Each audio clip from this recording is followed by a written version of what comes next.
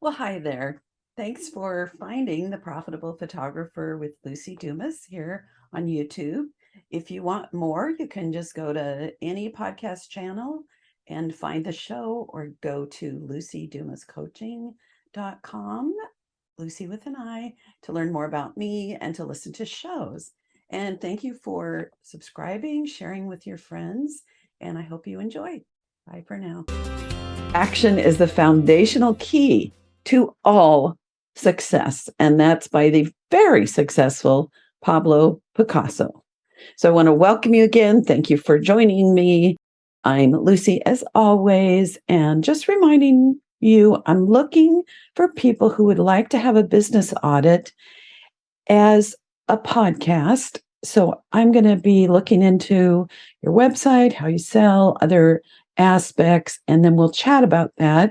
And then I'll share some tips or action plans to move forward and perhaps stop leaving money on the table. So just contact me at lucydumascoaching.com, Lucy with an I.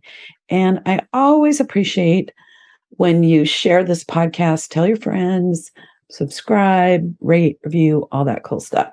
All right, I'm just going to jump in. I'm super excited to chat with Heather Chesky today. Heather officially got her start as a full-time photographer 10 years ago in Northern Virginia after being unexpectedly laid off from her steady day job.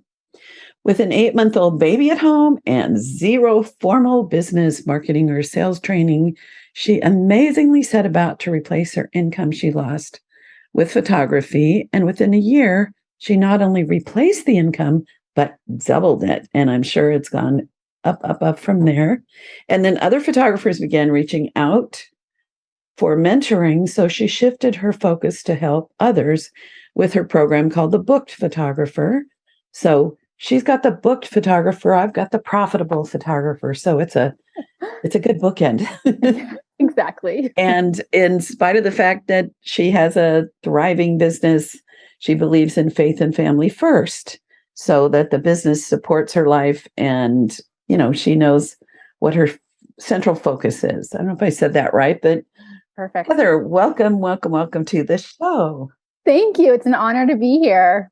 I'm excited. So Heather, I would love to know a little bit about your background that got you doing photography, especially if it goes back to, I don't know, when you were 2, you picked up a camera or something. You could do that in 1 minute or less. That would be awesome. Sure. So I've actually been a photographer for actually about 2 decades now. So about 20 years, probably a little over than that. I started when I was in high school and my sophomore year. So that's way back in the film age, which I'm sure we have a lot of photographers who might never have tried on film. But that's when I officially got my start. I had an absolutely incredible photography teacher, someone who I'm still in contact to this day, 2 decades later. Mm-hmm. And she just really was just an amazing teacher.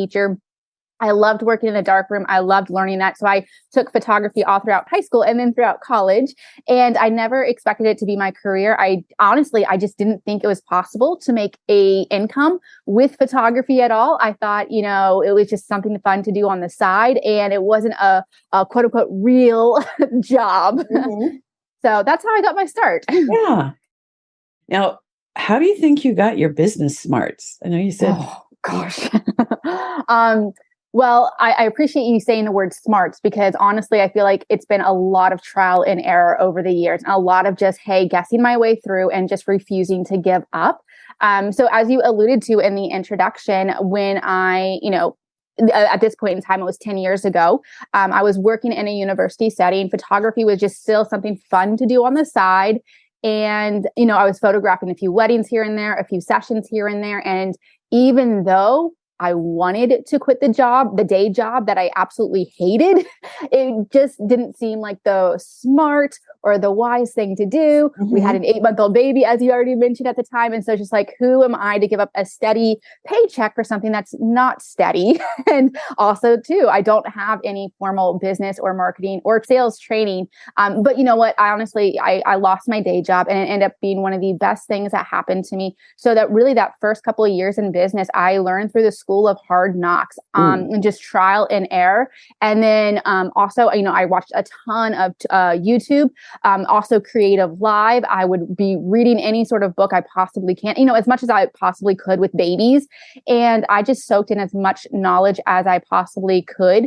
And I think honestly, one of the biggest things that really helped the growth of my business early on was the fact that my family depended on my income. And so that was something that was a non-negotiable for me. So it wasn't just a matter of like, hey, I'm just going to do this for fun and this is just extra play money. It was like, no, like we have bills, we have, diapers and a car. So that having that kind of dependence on the financial whatever I made from my photography really, really pushed me on to figuring out how to make this work in a way that I could, just bless my family financially speaking, of course, but then also I wouldn't be gone 24/7. I could still be present, be with my kids and, at that time, rock them for their afternoon naps or whatnot. And just, to be the mom who is present as well. Right. So I think that definitely played a role in it. I think it's really important to actually have a goal that you are just not okay letting go of. In the early years of my business, I'll just to be perfectly honest, nobody thought I could make a living from photography. Nobody thought I could replace my income. And that's still something that I still hear to this day. Like even 10 years into it, people are like, wait, that's a real job? I'm like, yeah, I have time behind me now. But even still, like in those early years, my husband, who is very supportive, but was very, very reluctant in those early years and couldn't see how it could make it work. He would actually tell me, Heather, failure is not an option. Failure is not an option. And I would want to punch him in the face when he would say that because I'm like, it's too hard. Like I want to just like give up at times. Yeah. But they really just instilled in me like, hey, like if this is something that I want, then I have to figure out how to make it work financially for my family. And I think businesses are successful because they are financially successful. I mean, I know there's a lot of facets into having a successful business, but you can't have a successful business without successful finances. They kind of go hand in hand. Yeah. And I also relate to that you learned not by, okay, now I'm going to go to business school, but like, I'm going to read everything. I'm going to watch everything. I'm going to study.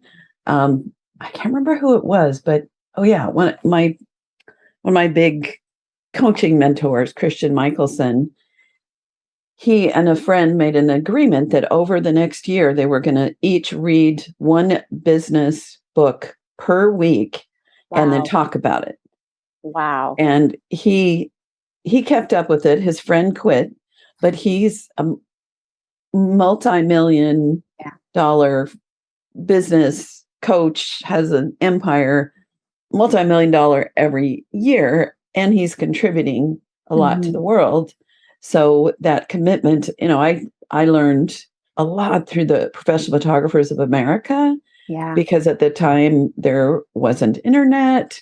I could have read more books, but visual. So anyway, so I love that there's educational opportunities everywhere. The fact that now there's podcasts. Yes. A lot of people say, gosh, if I just listen to all your podcasts, I bet I could run a business. Exactly. And there's so much free to very resources that don't even cost all that much. Like, I mean, a lot of my favorite business books are books that you can go ahead and get from the local library. So you really, I mean, you can invest more time. Like there's some people who can invest more time than they can finances. And then by all means do it. If you have more time, then and find those authors or those podcasters or, those YouTubers who have the content that you're trying to learn and spend time learning and putting in that. Right. And at the same time, you and I would probably fully agree that hiring somebody, getting in a part of a program where you do make the investment speeds everything up. 100%. It was about 5 years into my business when I actually hired my very first business coach. I'd done smaller programs up until that point, but it was about 5 years where I was just like, hey, I've hit a plateau on my own and I need to work with somebody one-on-one. And the months that followed that decision were the most, my business grew leaps and bounds, beyond what I thought was even possible, just from having that kind of accountability and coaching. Right. Yeah, I wish there were more coaches my first 10 years. And there were mentors, but, and some of my regular listeners are probably sick of hearing me talk about it was a man's world. But the perspectives just didn't quite resonate with me in terms of Yeah. hooking into somebody's wisdom and support. Yeah. Even I'd say at conferences or lectures, what should I wear to a wedding? And they'd be like, I don't know. I wear a Yeah. tux, Yeah. So it's so wonderful now that there's so many resources. Yeah, for sure. One of the, along that same lines, I remember in the early years of my business, there were a lot of people who had successful photography businesses that I honestly really wanted to learn from. But like, I admire their business, but honestly, at the time, like they didn't have any kids. And I'm like, it's totally different when you have kids at home with you and, you're pregnant or you're going through labor, your body's recovering, or you're doing nursing, 7 times a day, or changing diapers, or dealing with toddler tears. It's like, it's a totally different ball game. And so one of the biggest struggles I had those first few years of my business was like, I don't see any other young moms doing this. And it's really hard for me to connect well with the husband and wife duo who don't yet have kids, but have this amazing business and they're in it together with no kids. Right. I'm like, how do I make this possible for me? Right. Yeah, that must have been really rough to try to put this together. Just like me, it was very rough to not have mentors for a female photographer, because what I saw a lot is the people that were the most successful had these amazing wives who were booking, doing the sales, carrying the gear, keeping the guys organized, and they'd go out and photograph beautifully. And then they had this other team member that was unpaid. I mean, she had to eat and stuff. Right. And I was always, my whole active career, especially as a wedding photographer, but even after that, was I really need a wife. Now, if I could play back my, change a few things, I would have hired a wife. Yeah. And I did hire some, I have hired people, but not quite someone that was a true partner in my business. And I saw that as beneficial. And there were not mentors for who I was and where I was in my life. So I relate to that too. Okay, so I want to get into some meat of your smarts.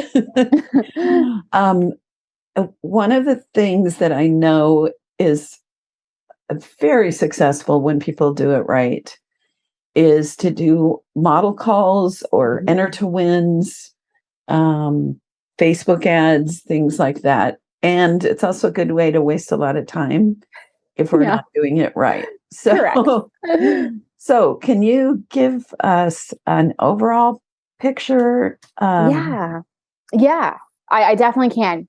Okay.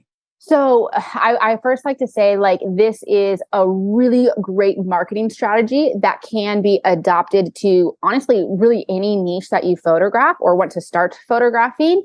And there's a right way to do it and a wrong way to do it. Okay. And I'll just hit on some high points. Let's start first with like the actual model call strategy. When and this is a strategy that I teach, and I've definitely utilized it many, many times in my business.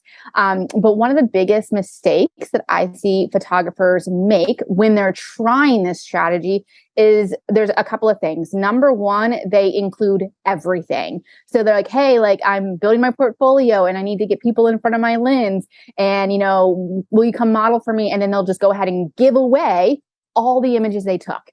And that will it basically cuts you off at your knees because it gives you no opportunity to upsell additional digitals or even prints or products if you want to go the product route. So really being clear on like what's included and then making sure you're not including everything. You don't want to give away the farm. And you want to actually give yourself an opportunity to practice those selling skills to actually make some money with those model calls. Another mistake that I see is that people are not this is kind of like a double whammy. So part A is just like opening it up to anybody and everybody and not being super specific on the kind of person they want to do a model call for. So let me give you an example. About 5-ish years ago, at this point in time in my business, it was already super successful. I had a thriving wedding photography business. I had a thriving high school senior photography business. And I wanted to start photographing brands and entrepreneurs. And I loved working one-on-one with my seniors. So I was like, hey, like, why not work with brands or like, solopreneurs? And I had been a part of a lot of mentoring groups and coaching groups and got to meet a lot of these people who are doing business on their own. And I just really jived well with them. So I wanted to open up this new leg in my business, but I had zero portfolio for it. So one of the first things I did was I did a model call, but I didn't open it up to anybody or everybody. I opened it up for like, hey, like I'm looking for female entrepreneurs from this range to this range who fall within one of these three niches. Like, so it wasn't like just anybody on Facebook and their mother. It was very, very tailored to the kind of clientele that I wanted to work with. I actually ended up getting a whole lot of leads from that, a whole lot of bookings who actually have been repeat bookings. And then I went on and photographed many of their weddings when they got married. So it was a really successful strategy. But like, they got quote unquote a free session for me with some free digitals, but I made sales later on in the process while also, building my portfolio. So I think that's one of the other mistakes that I see photographers make is not being super clear on the kind of person they want to work with within a model call. And then kind of piggying back on that one is not pre-qualifying their leads. So just because somebody says, hey, yeah, like I'm available to be in front of your camera, like you can photograph me, I can be your model, doesn't mean that they're a good fit for you and doesn't mean you should spend your time with them. So one of the things that I teach within my mentorship group is actually to create kind of like a questionnaire. We call it like an application where anybody who is interested has to take the time to fill out these questions. Of course, their name, their email, their phone number, yada, yada, yada. But then we actually have strategic questions based on, okay, how well are they going to mesh with your business and your brand? Do they even want additional products or wall art later on, or are they just wanting the free stuff? So we have to figure out this information beforehand. And so based on those answers, you can get a pretty good idea whether or not somebody's going to be a good fit for you. And then also along the same lines, this is something that I do within my model calls whenever I do them, is I'll do, two things at least. And I tell my clients they can do one or the other. First is I require that a credit card is on file. I will more than happy can give a complimentary session. I know I'm going to make back my money, so I'm okay doing that. But if somebody is putting down their credit card information, they are going to be a lot more likely to show up. This also gives me an opportunity to go over my contract with them. So on that contract, it says if you don't show up or if it's a last minute cancellation, they give me the right to charge that card the normal session fee. So even if somebody completely, and I actually honestly can't recall ever having this happen, but even if somebody just, bailed on me last minute, I would still get paid that session fee because they already signed a contract and they agreed to it. So I've got like 10 things I wanted to ask I'm so you. Sorry. I did a little timeout for her. Breathe. I get so excited when I'm sharing too. So on the application, what are a couple of questions that can pre-qualify them that aren't so obvious? Like, hey, are you wanting more pictures and are you going to spend a lot of money? That's not what we'd want to ask. Absolutely. So what would be a good question that would sort of pre-qualify? Sure. So I love asking why somebody is interested in it. If somebody puts, because I saw it was for free, that's going to let you know, all right, that's great. You can get it for free, but it doesn't, like, they don't have much else beyond that into it versus, you can get I've had people write these beautiful like paragraphs and stories and kind of like the heart of the matter of why they want to do this. And if they're taking the time to write out a few sentences, that shows a level of interest and that they're more committed to following through. So I would say that's question number one. And I'm going to give you another question, would be asking what kind, and this doesn't apply to every niche, so you'll have to use your best judgment, but basically like asking do you want to do with the photos after they're taken?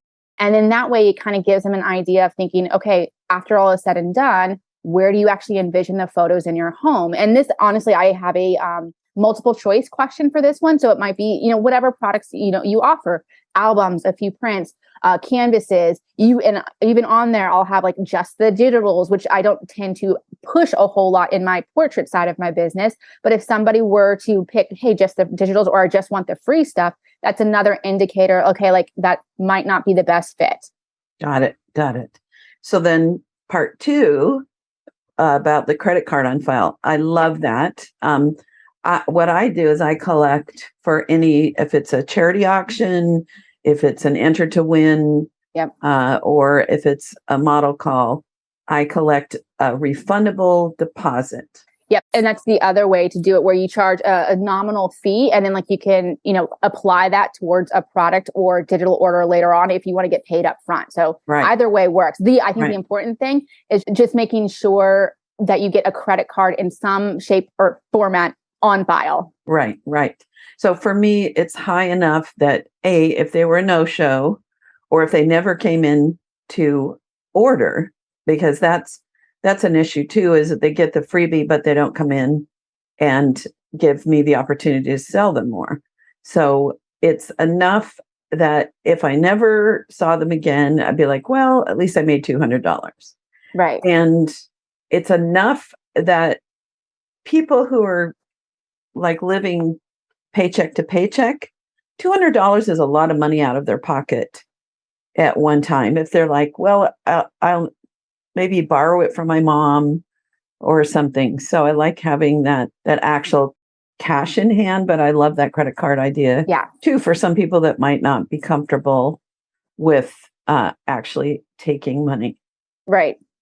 Okay. So there, I got to put my 2 cents in on both of those. I think that was the questions and comments that I had when I was listening to your great ideas. I love the tips about those subtle questions, because I've kind of been stuck. Like, how do you ask? Like, I tend to pre-qualify from the conversation and forming a relationship with them, and getting them either super excited, or if they're, a little wishy-washy, then I can on the phone be like, well, okay, I've got your application and I'm going to review. Now, if I do a model call, I always have a limited number of spaces. Yes. Do you do that? Yes. So I believe you need some sort of a limiter or urgency factor involved. Having both is great, or one or the other at least, but basically like, hey, this is going to end, in 2 weeks. So like there's a limited time period of when you can actually sign up, or like, we're only allowing X number of participants, or, it could be any number of things. So I personally don't like to say like, hey, I'm only doing this for 3 people, because I might get like 5 or 10 applications that are all ideal. So I personally don't like that. But if you're a photographer who likes it, you definitely can do it that way. I kind of like to leave things open-ended, because I'm like, if I have 10 hot leads, and I'm going to pursue them all. Well, I am too.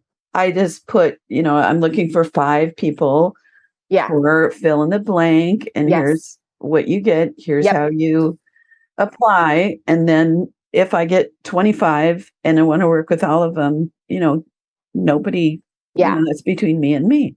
Yeah, no. And I think that's a great way to put it, where you're saying I'm looking for X number of people versus, hey, like only 5 spaces available, versus I'm looking for 5 people, because you want to be like having integrity with your words and making sure you're not saying like a false limiter or false scarcity. Right. It is sometimes hard to back away from somebody that you really know is not a good fit. Yeah, especially if you need the booking or you need the income, it can be challenging to say no to that. Yes. Now, this is just a little segue for a second. I learned the hard way not to tell somebody we're not a fit. Because saying we're not a fit can hurt people's feelings. And I accidentally did that with a woman who we definitely were not a fit, but she went to every photography vendor that I would ever work with or ever have, and told them what a terrible person I was and all kinds of things, even though she was ready to book me. Wow. And I probably lost 15 weddings. I lost leads that it was 6 months before I realized somebody that always sent me work didn't. And when I called and said why, they said, oh, well, so-and-so called and said you were this, and this. Oh. And it's like you run across a snake on a path. Right. You don't want to Right. go, stop, we're not compatible to this Right. snake. Right. Just want to move in the other direction. Yeah, back away slowly. So so that, not available, or, just there's different ways to word it that helps Sure. them still feel good about themselves. Right. Meanwhile, back to the show. All right. So anything else?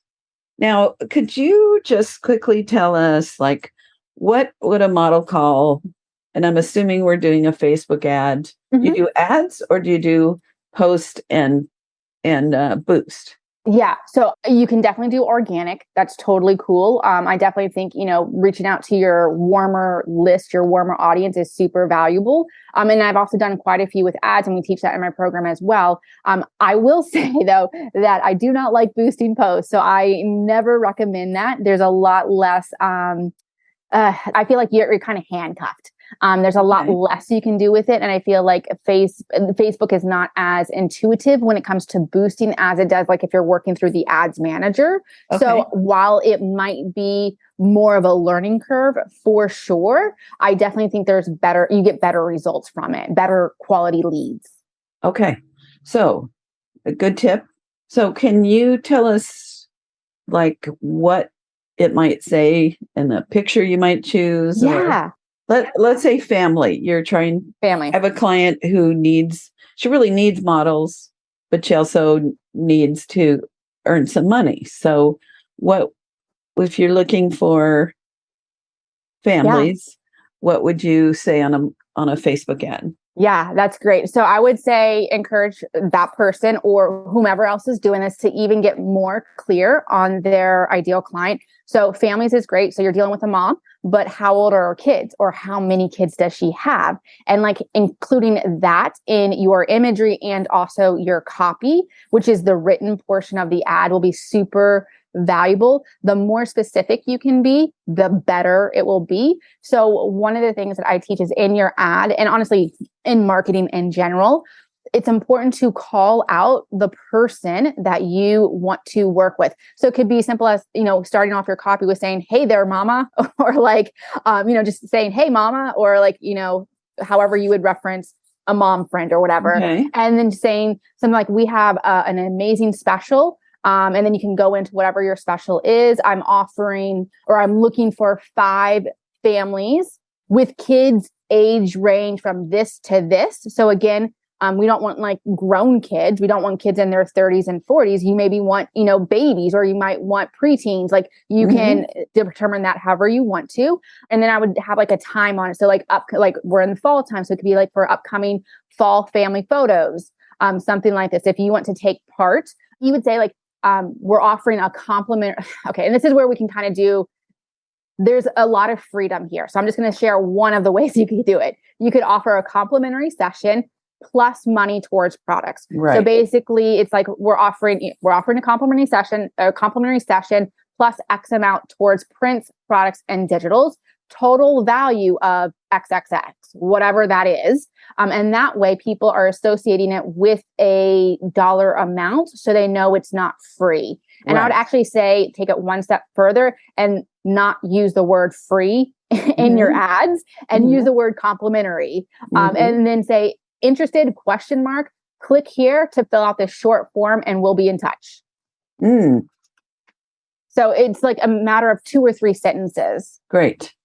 And when they click, do you have a favorite platform for that questionnaire? So what I recommend, and this is what I've done, is basically using JotForm is a really good like survey builder, but there's also SurveyMonkey. So building out a form there, but then embedding it onto your website. So JotForm or SurveyMonkey? Yeah, those are the 2 popular ones. Yeah. Okay. Yeah. You don't have to have a whole lead page and different complicated things. No, like if a photographer has a website, we don't need to add more tools than what we really need. Like use what you have. Obviously you need something to collect that information, which and both honestly, JotForm and SurveyMonkey, for the purpose of this marketing strategy, you just use their free versions. You don't have to pay for anything. Okay. And then, so yes, the ad would go ahead and go directly to that landing page, that survey, that application page, where that person would fill out those questions and then like hit the submit button. I would also just make a note, like make sure we have testimonials on that page, and then maybe show a few more images of the kind of client that you're targeting, just so it kind of matches. And then also don't forget the thank you page. Like that is wasted real estate if you don't do anything on it. If you're super brave, I would actually say get out your phone and record like a 1 to 2 minute video just saying, hey, we got your application. I'm so excited to look over it. We're going to look over it in the next couple of days. And then, basically you're going to tell them what's going to happen next, how you would follow up with them. You could even make sure, like if you're selling products, you could even say you have an opportunity to purchase like galleries like this, and you can show those products before you even get to the conversation. So you can definitely do a lot of planting the seeds for a future sale later on. Great. I love that. Love that. So are they then also encouraged to go to my website and look at what I do and things like that? Yeah, so you could definitely include that. I would say though, if you're going from the ad, I would say get them to your application page. Yeah. And have them fill that out first, because that's going to be how you collect their information, and you'll be able to remarket to them later. On the thank you page, if you want them to look at other spots on your website or follow you on social media, that would be the ideal place to have those links. Okay, perfect. One of the things I've seen where people are like, I tried a model call and it didn't work. Yeah. And I've been like, okay, show me. And so I click on something and it's on their website. So you see all the other buttons. And there's too much to read, and it's way at the bottom, and you're just exhausted. It's like, no, like what I hear you saying. So tell me if I'm on target. No, you're absolutely right. Simple, sweet questionnaire, a few pictures. Don't get them lost in. So when you say embed, I'm assuming you mean where it's not showing up as a page on a website where they can accidentally start clicking away. Right. So like if you put it on your website, let's just say yournamephotography.com would be like your homepage. It wouldn't show up on your homepage at all, but you can create like yournamephotography.com/application. Right. And then the only place you have that link is from your ad or wherever you're promoting your model call. Right. Right. Yeah. I have an online course on selling. Selling is my superpower. Yeah. And super important too. most people purchase 3 to 7, 8 wall portraits. Nice. So your superpower, I'm sure you help people with that as well. Yeah. But getting the leads, and then I'm like, then I know how to get the money. So let's see, why did I go off bragging about myself? Just so I want people to know. There you go. What was the point? Why did I say that? Oh, well, if it pops in my head. I also like what you said about that you're collecting things so you can remarket. Absolutely. Absolutely. So say 6 months goes down the road and you had a lead fall through, before you do a Facebook ad, you can follow up with your email list and send a same or similar model call. And maybe at that time, it would be better for them to move forward. So don't waste that. When somebody reaches out to you or takes the time to leave their name and email address with you, they are a very good lead. And it just is a matter of following up with them in a timely manner. And then consistently, whether that's every week, every month, whatever it looks like, make sure you're still at the top of their mind. Right, right. I'm big on a monthly newsletter. Yeah. That is short and sweet and fun. One of my coaching clients, he has this beautiful format. It's all black and white, fits him. He's this handsome, long-haired French guy that's super nice. And everything he puts on that almost always is black and white. And he's got a little checklist. And so I open it every time because it's interesting. It's not a sales, it's not a commercial, but man, if I wanted a portrait in black and white, he'd be your person. Either he does great lifestyle. His name is Antoine Didier. I need to get him on my show. Yeah.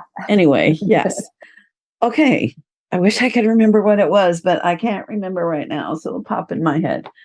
So is there anything else on that. We might have a few minutes for another topic that is in your expertise. Yeah. So, and I'm sure like you've gone into this as well, but like with the specific model call marketing strategy, I think it's super important that like once you get that application come through, you don't sit on it.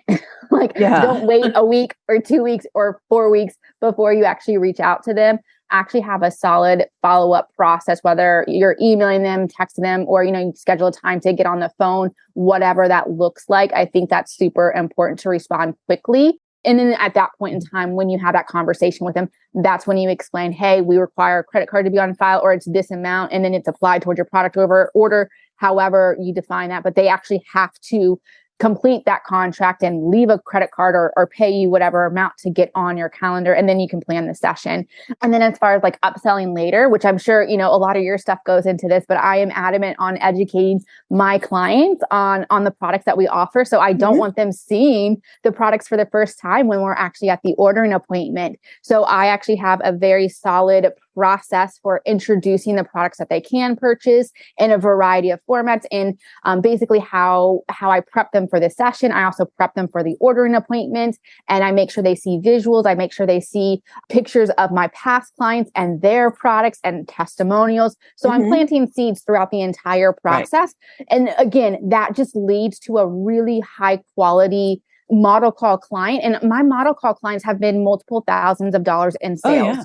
So it can be incredibly valuable, but there's a lot of pieces in that process to make sure that you have lined up in order to get those kind of results. Right. I love that you say plant seeds, because that's huge part of how people end up buying mini wall portraits and books is step by step. I have these little systems where one of them is I have them look around their home and photograph any potential spaces that might be great places for wall portraits. Absolutely. And I think what it does, besides giving them the moment to see, and I'm looking around as we're talking, it gives them that moment to ponder. But also, I think that then if they've thought, you know what, it would be great to have a family picture right there, then it looks kind of empty and lonely until we get to it. So it's creating a little sense of desire and maybe loss, like, the anticipation. So that's right. And I do something very similar to that, where like once, like every time they walk by that living room and they see that blank space above their couch, they'll be like, oh man, like I really do want a portrait there. So every time they're in the living room, there is going to be a subconscious thought. And so when it comes time for the ordering appointment, you're not necessarily the one saying, oh, get this. They've already told themselves a half dozen times, oh, I do want this portrait over the couch in my living room. So it's a lot easier to sell from that place versus, like getting to the ordering appointment, like, okay, so what products are available?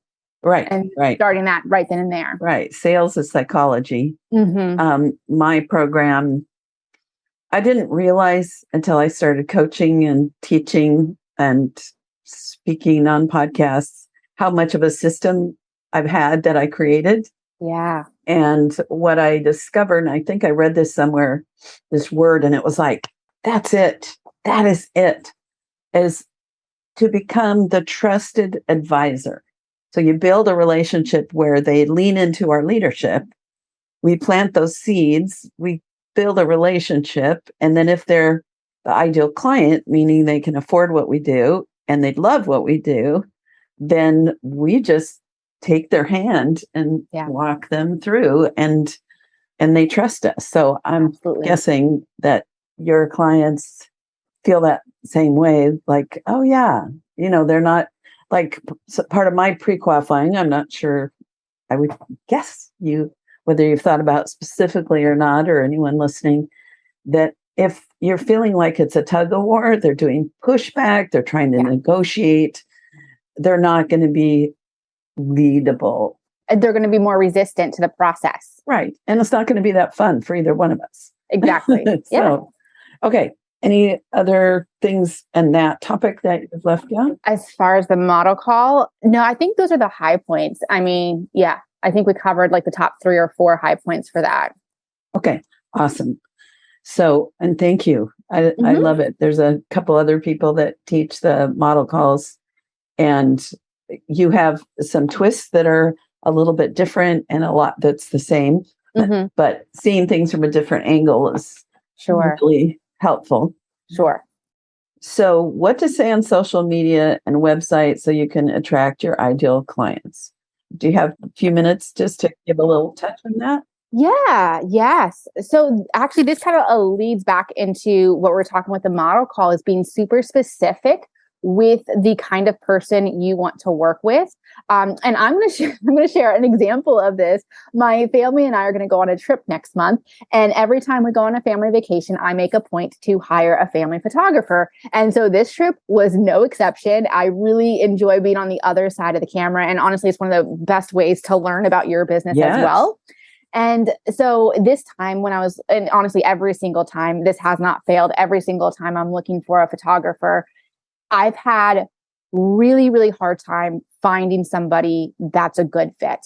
Not because there's not a lot of talented photographers. There's so many talented photographers, but because their website is too convoluted and it's speaking to too many people at once. So perfect example of this. On one of our past vacations, we went to Florida, and I, again, wanted to hire a family photographer, found somebody. I thought her work was absolutely stunning and beautiful, went to her website to look more about like what she charges, what her collections look like. And she had, I want to say it was like at least 12 or 13 different kind of collections that she offered just towards her family clients, not even including her boudoir, her weddings, her engagements. Like that was just for the families. And even as a photographer who, like, I'm on the other side of this, like I understand it, it was just way too much, way too confusing.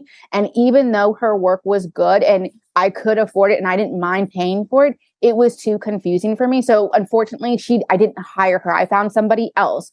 So I think that is super specific. Like if somebody goes to your website, you want to make sure that you are talking to that particular client. One of the biggest hangups that I get from photographers on this is like, they are like, I want to photograph everybody. And like, they don't want to turn people away. And there's nothing wrong with that. You can photograph everybody, but you can't market to everybody. That's the issue. You have to market to one or two different people. And then you're going to, get those kind of clients. So I photograph a lot of family clients, but you will never find a family client on my Instagram or on my website. They just don't exist.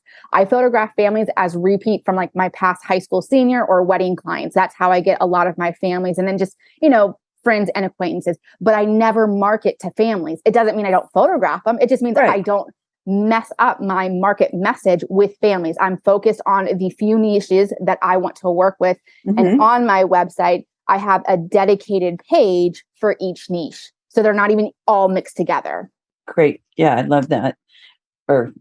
Yes, A+. I agree. I had another, little thought hanging in my brain over here, but I wanted to say totally agree with that. So I also wonder, tell me if you also had this feeling, the women that had so many confusing options, even if I could make sense of it, I would be a little suspicious about her professionalism. Yeah.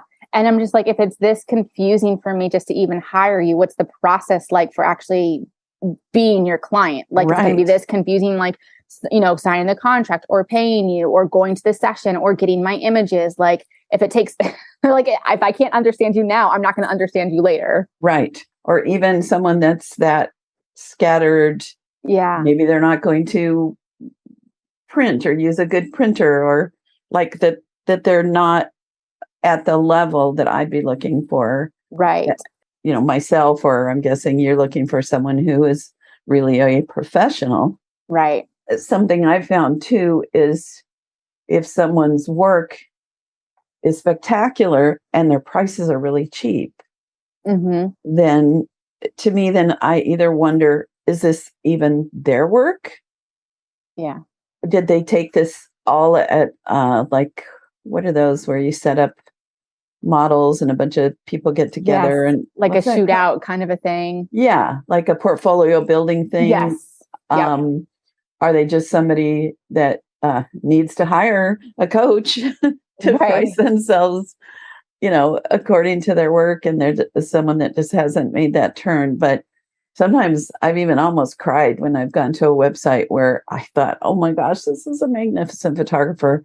And then they post their pricing. And, it's a whole other conversation about Right. pricing and posting and such. But yeah, so your social media, your website needs to be specific. Yes, specific. Or Absolutely. specific. West Coast, East Coast. Absolutely. And beyond message. Yeah. Yeah. And so, I mean, I'm sure you get this too, where one of the biggest challenges I hear photographers say all the time is that, they just don't know how, like, their marketing isn't working, or they're wondering how to book clients. And it's like a marketing related challenge. But if you get to the heart of the matter, it's not necessarily marketing. It's like you don't know how to communicate with the client you want to work with. So of course your marketing is not working because you are not communicating in a way that they understand. Right. So, we specialize in everything. Yeah. Yeah. Yes. Something, like there are some people who teach not to have a niche, but when I go to their work and what they're doing, they actually have a niche in their style. It's just that they'll do branding and weddings and Right. and things, but they have a strong, beautiful visual style. Right. And that works. But indoors, outdoors, babies, headshots, you've got to market each one. At least tell me if you think this is true, but each specialty is like a job that you have to reach out to them. So if we're doing several, then, can't be everywhere. Right.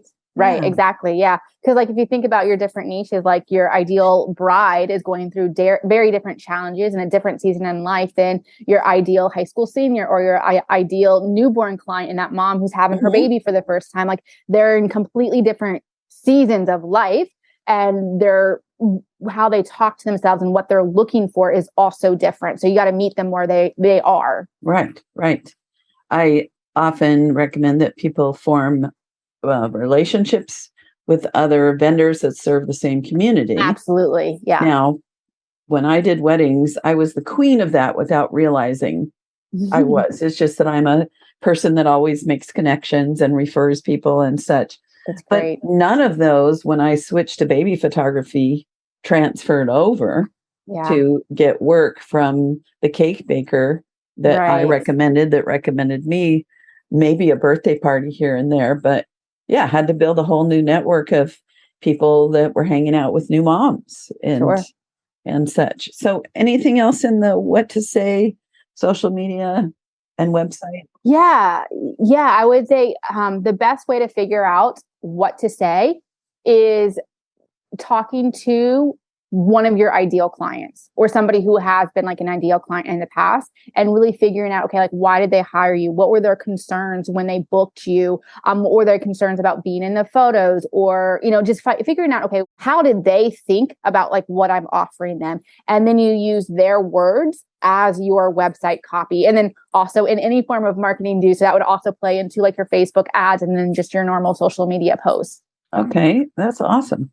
Any other, we still have just a little bit of time. Any other hot tips on that? Oh, hot tips on that.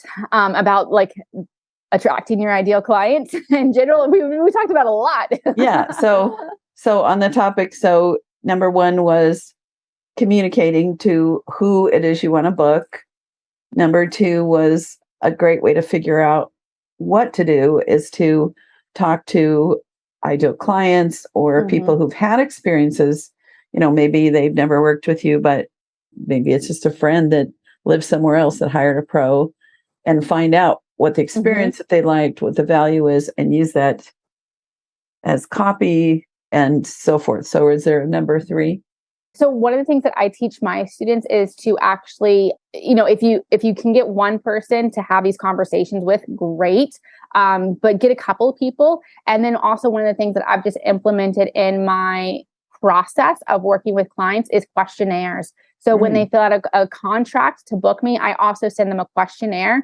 And so that also gives me a lot of insight into why they booked me in the first place, what it is they want, or what struggles they have. So this is actually a process that's not a once and done, you can check it off. This is something that you'll want to continue to do because the market changes.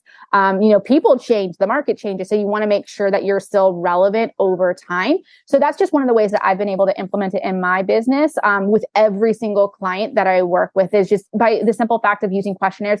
And then a lot of what you were saying earlier is like when I'm with at their sessions, just having conversations with them. And then I'm take notes. And like if something starts coming up from, a couple different clients are all saying the same thing, that kind of like ding, ding, ding tells me, okay, this might be a new angle to come on, or this is a concern that a lot of my clients are having. So how can I address it in my marketing or in my, how I speak to them on the initial consultation or just in my experience together. So we always want to be asking these questions and always listening, essentially. Yeah.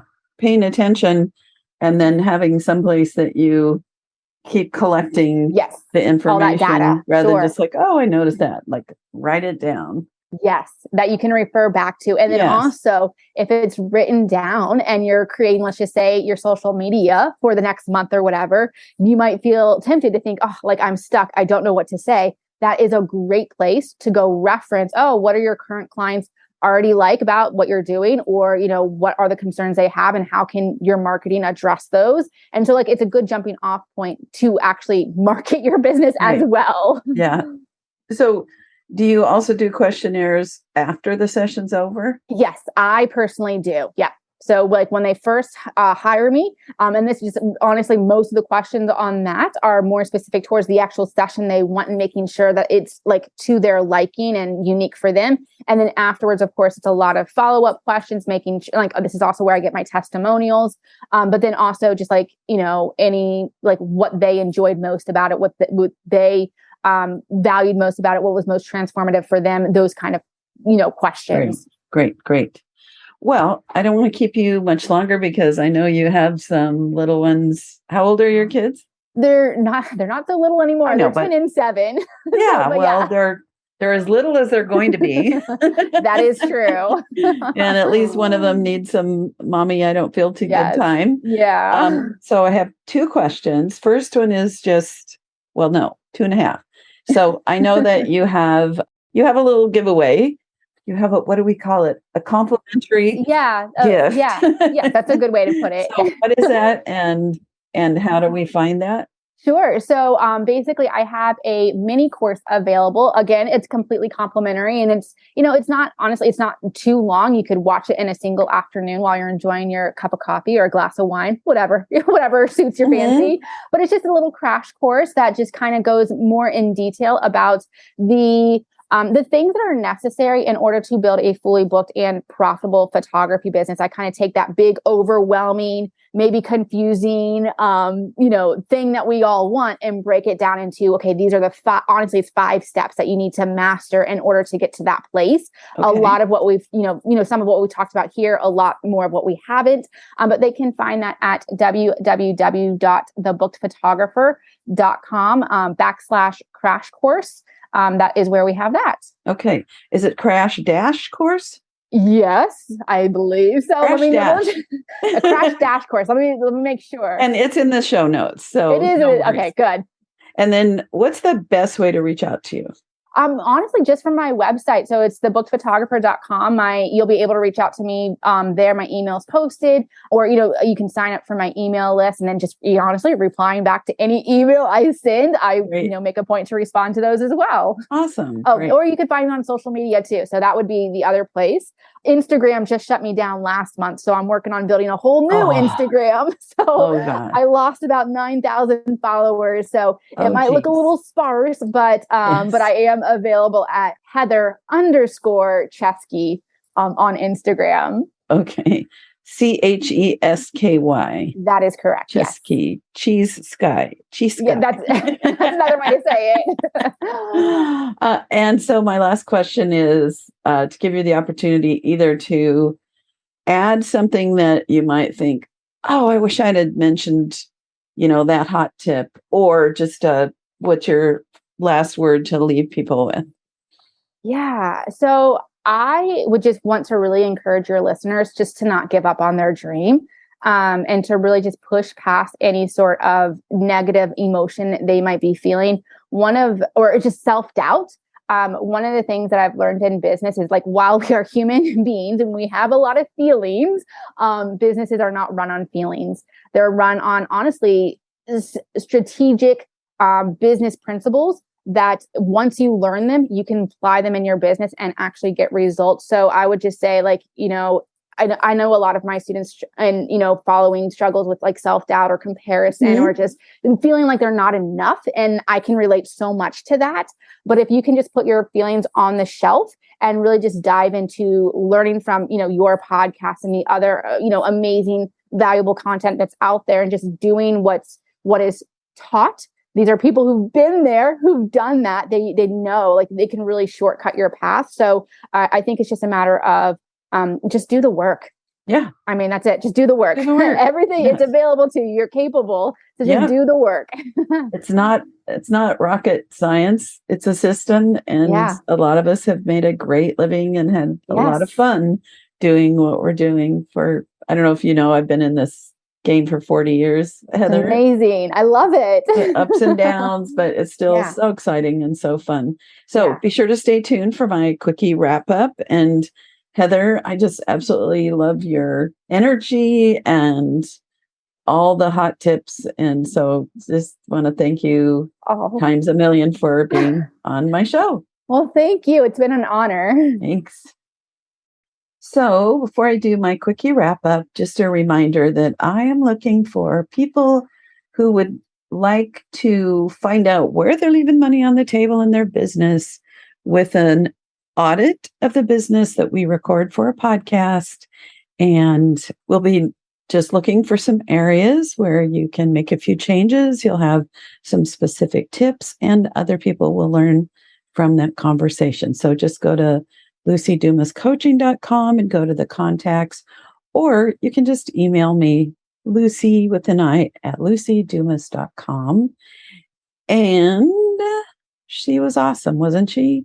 So we talked about model calls, and she started with some of the mistakes. So don't be confusing. Don't include everything like, oh, you get 20 digitals with a session.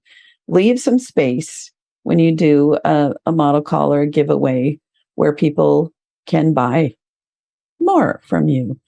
Unless you're truly only looking for models and you're not ready for that, but get yourself ready. Be specific about who you're going to work with. Don't just be open to anybody with a pulse. Number 3 is have a system where you pre-qualify people. So she has an application with some great questions. I talked about just some of the things that I do in my first phone call to pre-qualify people. Number 4, she gets a credit card on file, and that helps pre-qualify, because if they're not willing to do this, they're not really somebody that you want to potentially be doing free stuff with and hoping that they will purchase more. I collect a refundable actual deposit, and they can have it back or they can spend it when they come in for the sales session. We talked about how you write a model call. So you want to be very specific. Who are you looking for? What do they get? Not just, I'm looking for, I don't know, a woman for a boudoir, but I'm looking for this certain age and some other specifics. We talked about, you can go back and listen to the actual structure of a Facebook ad. And we talked about marketing some. And she said marketing is about communication. And a great way to figure out how to communicate is to figure out what people are concerned with and what experiences they want to have. And she listens to her clients a lot and has questionnaires so that she can use those in her communication. So that is it for today. And I am super excited that you've taken the time to listen. And I would love feedback either on Facebook or sending me an email, because we put all this effort into this, and it's lonely here in my little recording booth sometimes. So I want to hear from you. Please, please, please. All right. Bye for now. You have been listening to The Highly Profitable Photographer with Lucy Dumas. If you've enjoyed this podcast, please rate, subscribe, review, and share. To connect one-on-one and learn more about our coaching programs, just go to lucydumascoaching.com. Until next time, go have fun photographing and selling your work.